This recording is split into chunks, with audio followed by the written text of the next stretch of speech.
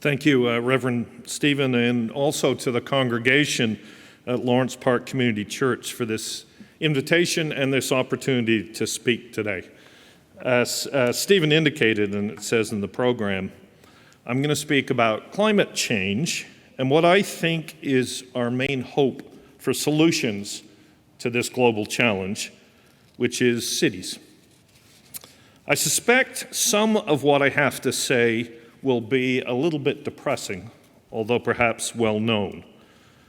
But I hope that some of what I have to say gives cause for optimism and is perhaps a little less well known. I understand that the passage in Genesis 26 to 28, particularly paragraph 28, has led to a theological debate about whether the earth, animals, and nature are there for man to exploit, or that we should be stewards of the earth. Paragraph 28 says, "And God blessed them, and God said unto them, Be fruitful and multiply, and replenish the earth, and subdue it, and have dominion over the fish of the sea, and over the fowl of the air, and over every living thing that moveth upon the earth." Without judging the debate or the meaning of Genesis, I'm a lawyer by training and a politician by choice, not a theologian or a minister, but it's fair to say we've done a rotten job. I won't list the litany of environmental challenges the world faces, but suffice to say they're numerous. Philosophically, an overly vigorous use of a broad interpretation of humanity's dominion over nature has basically led to the exploitation of resources to serve human desires, not the needs of the planet or animals or even human needs. Economically, the preferred systems treat the planet and its resources as an afterthought, quite literally. Pollution, to economists, is an externality, and our economic systems that we use to make decisions in society are based on a belief that if we use up resources, we can just invent something else. So that means that the impact of human activities on our planet and on nature is not included in the way we think about the organization of our society, particularly through an economic perspective. One of the many consequences of these powerful, but from my perspective, wrong ideas is the increasing and immediate threat of climate change. Climate change results from human activity, the burning of fossil fuels, and the consequences to humans and our planet are potentially very serious indeed. Just this week, the world's scientists warned us that we need to act immediately if we are to be still hopeful of keeping overall average temperature rise to 1.5 degrees or less. And that's the level at which we start to lose control of what's happening, and the science predicts really serious consequences. Roughly speaking, that means we have to halve the greenhouse gas emissions of the world as a whole by 2030 on a path to net zero by 2050. And the consequences, if we don't meet these thresholds, are serious indeed. I do wish to highlight a few. Increasing severity and frequency of storms will lead to more flooding and perhaps paradoxically, more drought. Sea level rise will lead to consequences like Wall Street, the heart of the world's financial system, being underwater. And perhaps more importantly, desperately poor people in places like Indonesia and Bangladesh will have literally nowhere left to live. Arctic sea ice will melt, and in fact is melting today, leading to incalculable damage to nature and the way of life of Inuit people who depend on sea ice for their hunting culture. And more, the Gulf Stream could eventually reverse, completely changing the habitability of the United Kingdom and Northern Europe. And no one knows precisely how many species will become extinct, but it's a significant number. Let's just focus on one issue for a moment, drought. It's estimated that hundreds of millions of people will be forced to migrate within and between countries due to the loss of arable land caused by climate change. To put this in a political context, there were 2 or 3 million people fleeing the war in Syria, and it completely destabilized Europe's politics because people didn't know how to accept that many refugees seeking refuge all at once. Parenthetically, it's at least arguable that the political turmoil that led to the conflict in Syria was caused by crop failures, in turn caused by climate-related droughts. It's not proven, but it may well be possible. To bring that locally, we've seen a controversy over the past months and years about a place called Roxham Road in Quebec, and refugees seeking refuge in Canada coming through the border there. About 100 persons a day cross through Roxham Road. Pursuant to Canada's international obligations and treaties that we've signed, imagine the political challenges if 1,000 came, or 10,000, or more, fleeing drought conditions and seeking places where they could obtain food. It's just a snapshot of what the world faces. But the future, if we don't address climate change, is grim. And the news is bad. No country in the world is on track to meet its stated climate goals. And even the commitments that the countries have made are not enough.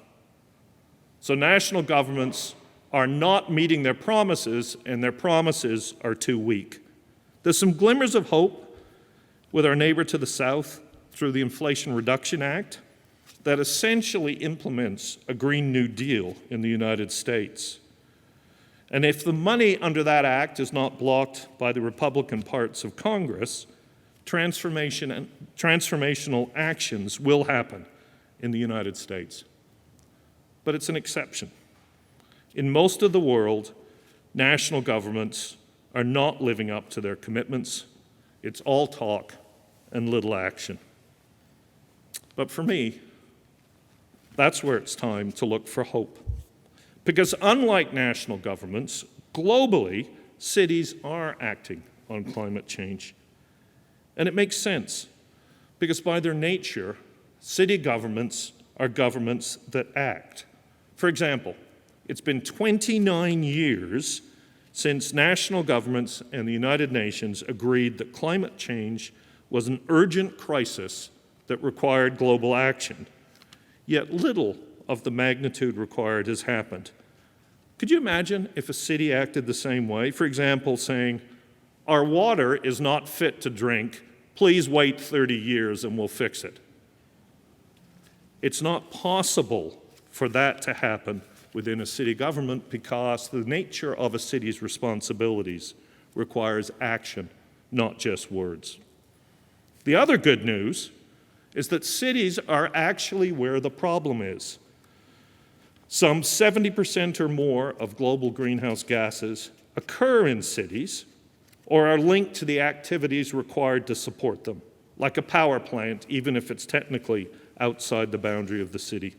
Increasingly, those cities are where the solutions are, because the greenhouse gas emissions within cities mostly occur in 4 areas: transportation, buildings, how we generate our electricity, and waste. And the world's biggest cities are finding low-carbon and equitable ways to build cities that reduce carbon emissions in each of these areas, and others, like food. And the best ideas are spreading. The biggest challenge we face is to ensure that those ideas are implemented in enough places around the world to ensure that we have emissions by 2030, which is what science says we must do. So what are cities doing? Well, first of all, the best have climate plans that address each of these areas and more. and they succeed. In Toronto, for example, as a result of the actions in each of these areas, transportations, buildings, electricity, and waste, set forth in its 2007 climate plan called Changes in the Air and the closing of the Lakeview power plant by the province, Toronto's greenhouse gas emissions today are 33% below what they were in 1990, despite a busy and growing city. And the leading cities, unlike countries, have committed to having these plans.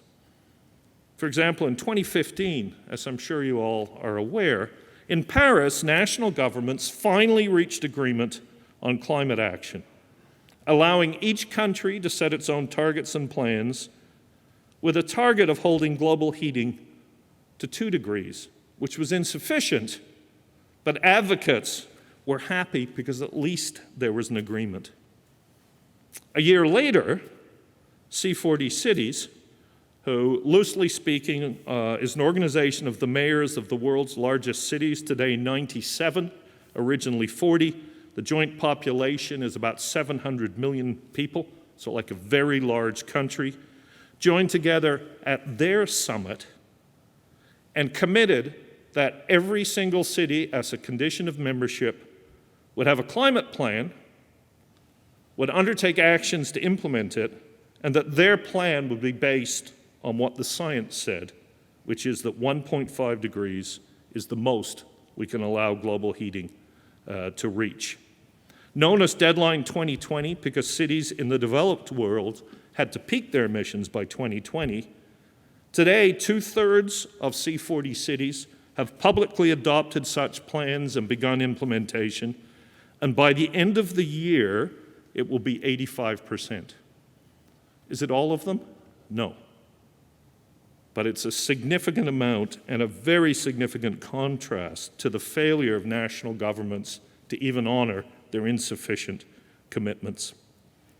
One of the ideas behind this organization of the world's largest cities is that when a large city makes a breakthrough, it allows others without the same resources or the same political influence to follow.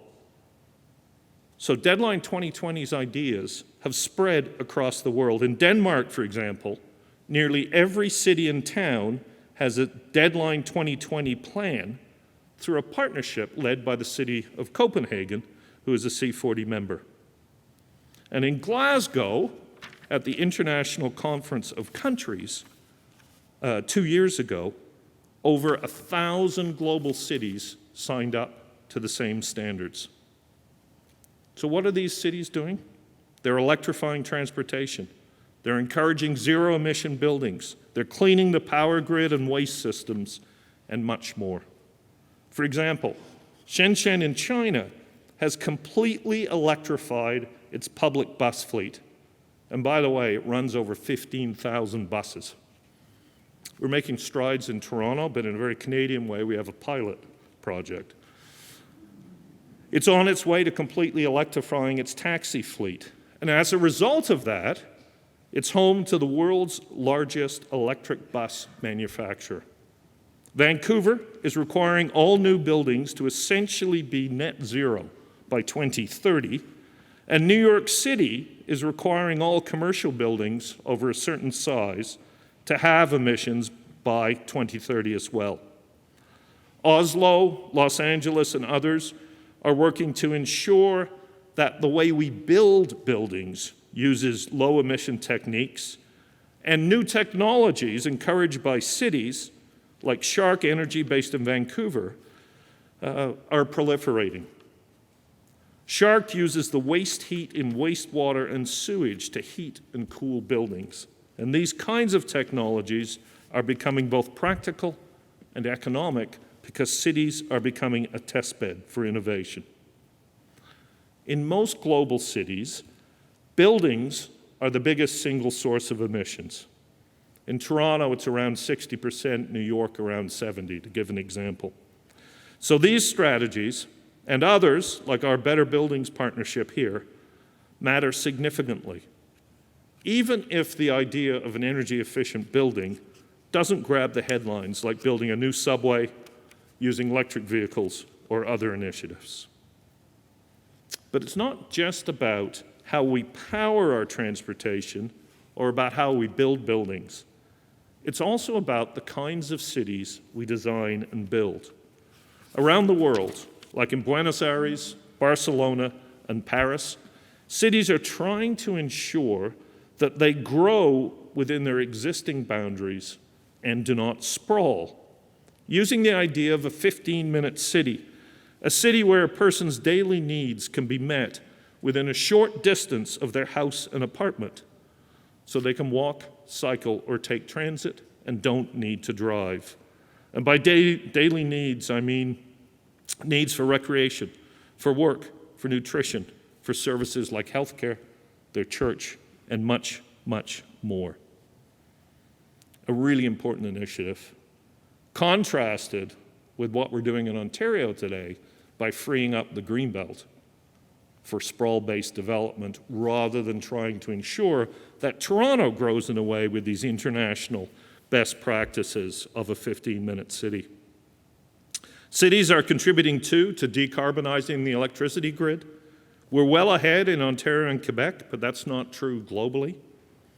For example, under the leadership of former Mayor Eric Garcetti, Los Angeles has gone in a few short years from an electricity system heavily reliant on coal to one that will be entirely clean by 2031, certified by outside reports.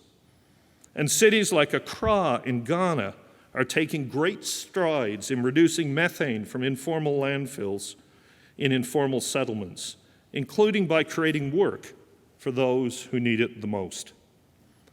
And at its heart, this is why city-based climate action is working, because mayors are using these strategies and more, not just to reduce greenhouse gas emissions, but to build better, more livable cities where no one is left behind.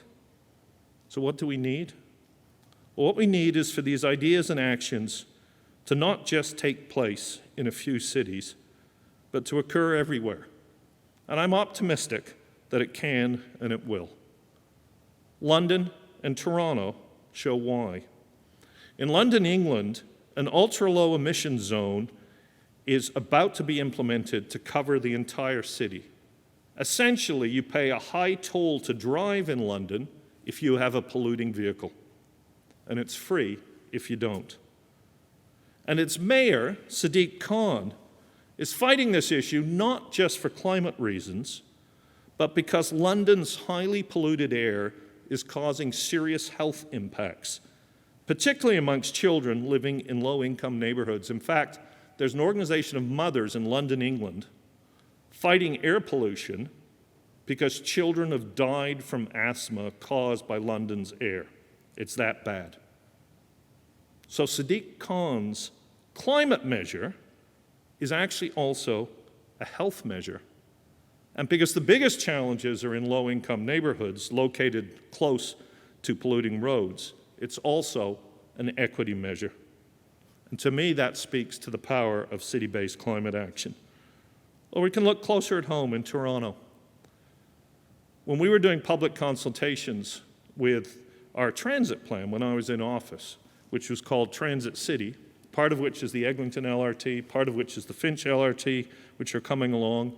There was to be another called the Shepherd LRT. There's a long story about that. But when we were speaking to the people about it just before we began construction, I went out and took the bus on Shepherd East one weekday morning at 5:45. And I first took the Malvern bus down to Shepherd, and I had a glossy brochure about light rail transit in Transit City. And I was speaking to people on the bus, and I handed it to a woman, and she said, "Mayor Miller, what are you doing on my bus at breakfast time?" And I said, "I've come to talk to you about the Shepherd East LRT." What's an LRT? An LRT is a European-style tram that runs in the middle of the road in its own right-of-way. It's like an above-ground subway. It'll get you where you're going much faster, and because it's not mixed up with the cars, it'll be on time. And she said, "Boy, that'll help me." "Where are you going?" "I'm going to work." "Where do you work?" "Pearson Airport." She'd got on the bus in Malvern, by the way. the first bus I took. How do you get to Pearson? Well, I take the Malvern bus, the Shepherd bus, to the subway, to the subway, to the bus, to the bus. You've got a long day. Oh, Mayor, that's just my morning job. In the afternoon, I'm a cleaner at the Royal York Hotel, which is bus, bus, subway, and then subway, subway, bus, bus. She spent hours each day on the bus just putting food on the table, which meant she couldn't get home in time for dinner, which also meant she couldn't do what my mother did. My mother went back to school and graduated from university at the age of 56, going to school at nights. She can't improve her qualifications so she can get one full-time job instead of two part-time jobs because she's not home in time to possibly go to school. And most of all, she can't participate in the democratic debate in her community about the kind of transit people want. And as you know, there was a vigorous debate about whether to build this LRT or not. She couldn't exercise her democratic rights and be part of the life of this city because she was stuck on the bus. Now, Toronto's Transit City Plan was part of our climate plan, and it was designed to reach the neighborhoods where people used the bus the most, the places where the lowest income Torontonians live. So just like London, Toronto's climate plans not only address climate change, but they build a more livable city and a place where no one is left behind.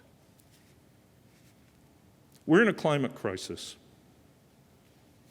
but practical, real solutions exist today that don't require new inventions. Simply the courage to take the best ideas from a city somewhere and do them everywhere quickly. And in doing so, we can build a world where no one is left behind. I think we can, and I know we must. Thank you.